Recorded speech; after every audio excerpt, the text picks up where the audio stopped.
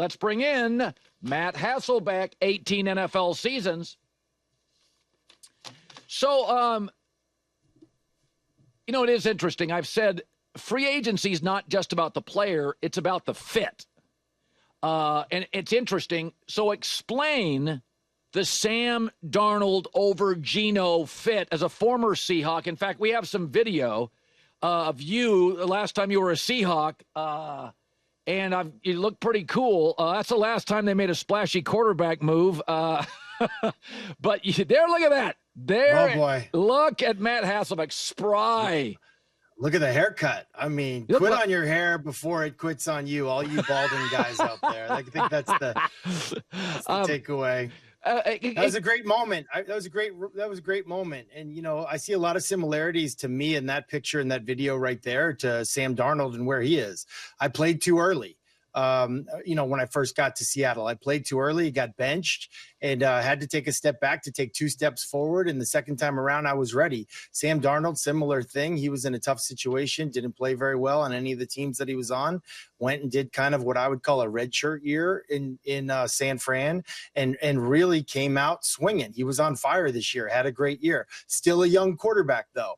And so I think they see a guy who's like 27 years old. He was really young when he came out, and they said, you know what? We'll take this guy right now where he is over all of the other options out there. Much younger than Geno, and I think they're excited about him.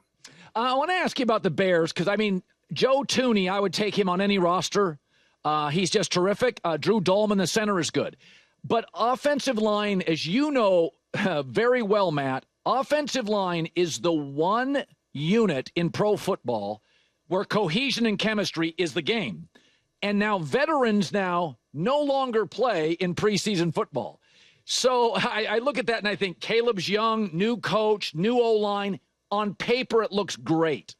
But this is not 1988 where, veteran O-lines will play all 4 games of the preseason. That's not the way it works.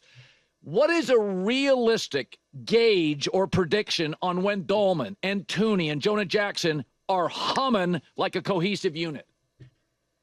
No doubt, Colin, you're right in a lot of ways. And listen, they're building this thing inside out, right? 3 offensive linemen, 2 defensive tackles. That's how they're building this thing. I would say this: when I got to the Green Bay Packers, we were as a rookie. They were coming off of 2 consecutive Super Bowls. They knew how to practice when they weren't in full pads. Every practice felt like a game. You need to learn how to practice fast. And so when you have these, a center and 2 guards, the inside, you just learn how to pass off games. You learn how to step with the right foot. You learn how to communicate on the fly. You get guys that are absolutely, without a doubt, going to be dependable, guys that are going to do their job. And so therefore it takes just one more thing off of the quarterback in terms of redirecting pass protection and all that kind of thing. O-line calls that sometimes that you put on the quarterback. If you have a center, or if you have a center and 2 guards that can communicate, you can take that off of his plate. So I really don't think that I think where we really lose on the preseason games is defenders proving that they can tackle. That's where we really lose. But I think the best O-lines, especially the veteran ones, they can get their work done if they learn how to practice and practice fast and stay off the ground. So I had said I thought the Niners should have rebooted last year. They did it this year. Here's what I worry about. Between Ward, the corner, Hufanga, the safety, Greenlaw, the linebacker, these are smart, instinctive players. And now you got to go to the draft and replace them. I think sometimes we forget how important intelligence is in this league, experience is in this league. I can go replace a back or a receiver. Do you worry about the Niners losing so much intellectual capital and experience on that defense? Well, I would, except I think they play a pretty simple style of defense where it's just, hey, we're going to simplify so you can play fast. My biggest concern, really, Colin, was on the offensive side of the ball when they lost Kyle Juszczyk, and then he was able to come back on a different contract and get him back. I think that would have been a much bigger loss than people realize. I mean, some teams don't even carry a fullback. If they do, he's like the last, he's the 53rd guy on their roster. But with this offense, with what Kyle does offensively, Juszczyk's position, and a lot of the guys on offense, but he's almost like another quarterback out there. Defensively, I think it's, if you can go younger, cheaper, faster, and you believe in that scheme, I think that's where they're choosing to figure it out. Mm-hmm. So we got into this discussion. Let's reportedly, Minnesota's saying we're probably going to go with J.J. McCarthy.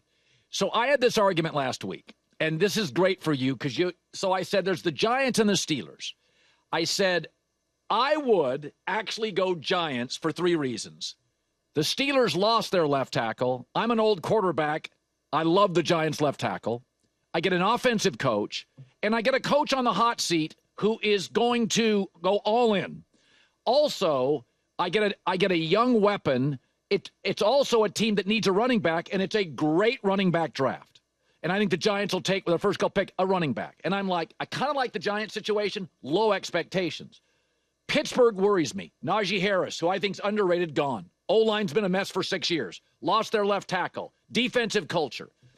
I know everybody thinks I'm nuts, and I don't love either team as a quarterback. But if you were Aaron, what would you do?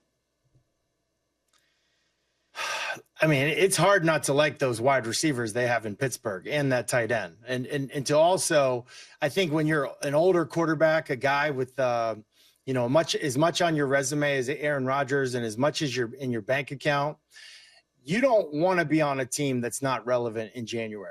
That's your biggest nightmare, is like going to a team that's absolutely irrelevant. Basically what he experienced last year.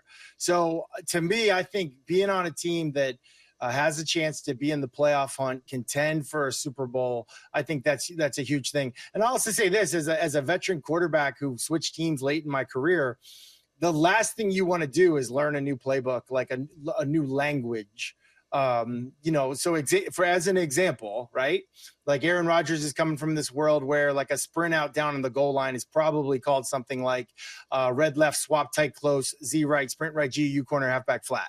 Okay. That's simple to him because he's been speaking that language. If he goes to some other team or some coach that the language is not that language, where he's getting in there like a freshman in college trying to like memorize a brand new thing, man, at some point you're like, I think I might be too old for this. Like I'd rather, it's worth something to not have to redo that. And, so I think language is a part of it too, believe it or not. Finally, we were talking about this earlier. My take has always been, if you draft a guy and he delivers, pay him. I also think it sends a great message to the locker room. So CeeDee Lamb, Max Crosby, Myles Garrett, Jamar Chase. I know it's $40 million for a receiver, but you drafted him. You got criticized for drafting Jamar Chase. He's absolutely delivered. I think it's terrible for the fabric of an organization to let a first-rounder who's delivered go. Am I full of it? That's my take on this league, is pay the guys who have delivered for you. I'll add to that. Pay him right away. Like, why wait? I remember being on teams, we get our draft picks, usually have like 7 to 10 draft picks or whatever. They come on your team. It does not take long for you to realize, like, that's a guy. Like, we want that guy that guy's a Hall of Famer. Like, he's a Ring of Honor guy. Like, we want that guy forever. Like, why wait? Why wait till the price goes way up? I remember we drafted a guy named Lofa Tatupu. Everyone's like, I don't know, he's going to be our backup middle linebacker this year. Like, yeah, right. That dude was in 3 Pro Bowls in a row right away. 1, 2, 3. Like, why wait? There's absolutely no reason to wait. So I love that, the fact that they were able to keep everybody together. My critique would be, you knew these guys were the kind of guys you wanted to keep. So figure it out way sooner. Otherwise, now what do you do? Now you've turned into like what the Indianapolis Colts were, with Peyton Manning and Marvin Harrison and Reggie Wayne. On the other side of the ball, they had Freeney and Mathis. Like, now you need to figure out other guys that can sort of like help you, accomplish your goal of raising a Lombardi, because that's really what these contracts are saying. Hey, you guys better go figure it out and help us raise Lombardi. By the way, let me throw this out. When you're on a team and your team in free agency goes and buys players, and Milton Williams to the Patriots signed an Aaron Donald deal, does it ever create, that's why I worry about free agency, does it ever create a little resentment when a D lineman comes in and gets 60% more than the guy that's been there drafted and is a better player?